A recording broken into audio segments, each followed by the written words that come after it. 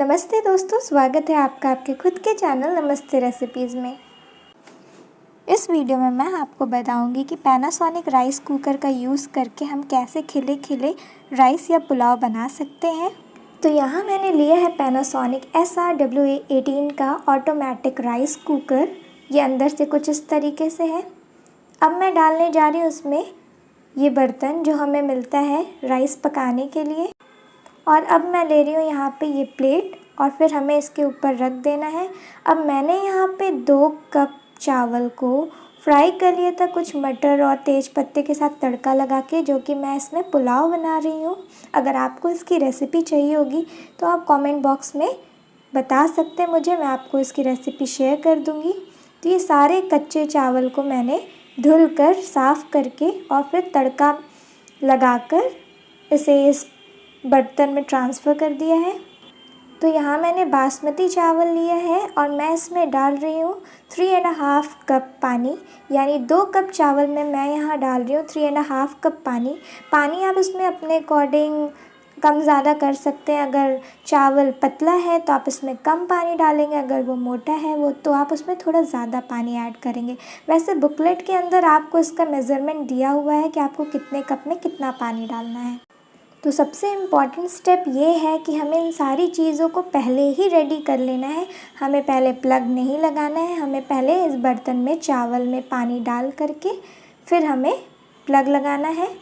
तो पहले हम इसे मिक्स कर लेते हैं थोड़ा सा, क्योंकि मैं पुलाव डाल रही हूँ तो मैंने इसीलिए तड़का में ही चावल को फ्राई कर लिया था। और अब मैं इसका लिड जो है उसे कवर कर रही हूँ।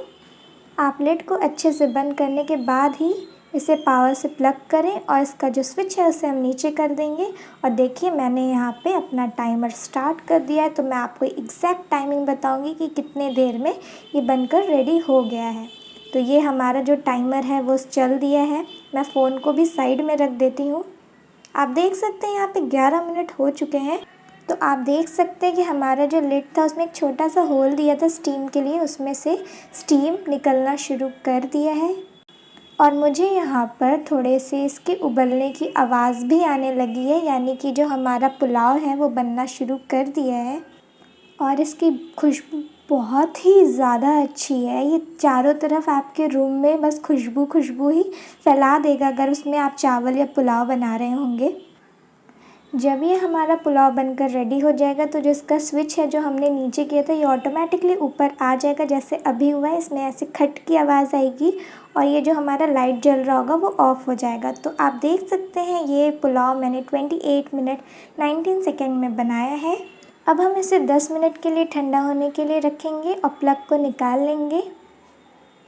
याद रखिएगा कि प्लग से निकालने के बाद ही हमें इसे टच करना है। बनते टाइम इसे हमें बिल्कुल भी टच नहीं करना है, वरना शॉक लगने का डर है। तो मैं यहाँ 5 मिनट बाद ही लिड खोल रही हूँ, क्योंकि मुझे यहाँ कुछ फ्राई किए हुए प्याज और फ्राई किए हुए काजू डालने थे। तो यहाँ मैं स्प्रेड कर रही हूँ कुछ फ्राइड प्याज और कुछ फ्राइड काजू, और फिर मैं इसे 5 मिनट और ढक के रख रही हूँ, जिससे कि अंदर ही थोड़ा और पक जाए।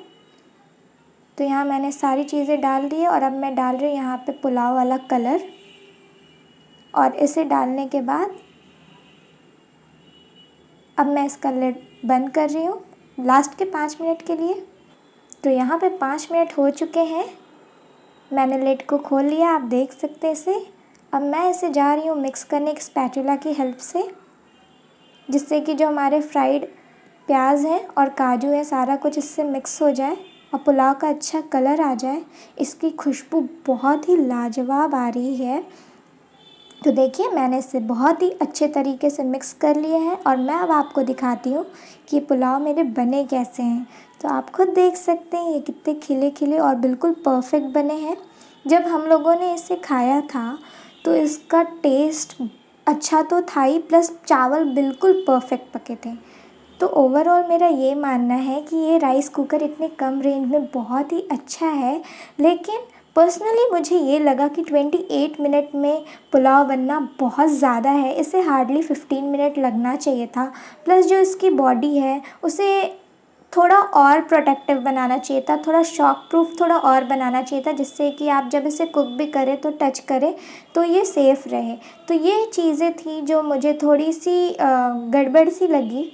बाकी अगर आप बात करें क्वालिटी की कि इसमें चावल या पुलाव बन कैसा रहा, तो ये सच में ऑनेस्टली ये बहुत ही परफेक्ट चावल बना था। आपको ना ही ये बिल्कुल गीला गीला लगेगा, ना ही बिल्कुल कच्चा, ये बिल्कुल ही परफेक्टली कुक हुआ है। तो देखिए मैंने धीरे धीरे सारे ही पुलाव को निकाल लिया है और आप खुद ही इसका कलर देख सकते हैं कितना अच्छा बना है ये। तो ये मैं लास्ट का पुलाव निकाल रही हूँ और फिर मैं आपको दिखा देती हूँ कि देखिए ये मैंने सारे पुलाव को निकाल लिया है और अब मैं इसका ये जो प्लेट है ये निकाल के दिखा रही हूँ और इसके नीचे ये इतना जला है जो कि साफ़ हो जाएगा। तो इसमें बेसिकली पानी कम ज़्यादा डालने की वजह से ये ज़्यादा कम जलता है और मैंने आपको पिछले वीडियो में बताया ही था कि ये प्लेट लगाना बहुत ज़रूरी है। कैसे क्या चीज़ें लगानी है वो आप मेरे पिछले वाले वीडियो में देख सकते हैं।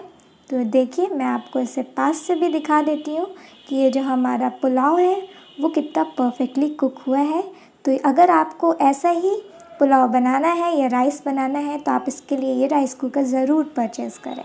और अगर आपको मेरी ये वीडियो ज़रा भी हेल्पफुल लगी हो तो प्लीज़ वीडियो को लाइक, सब्सक्राइब एंड शेयर करना ना भूलें। Thank you.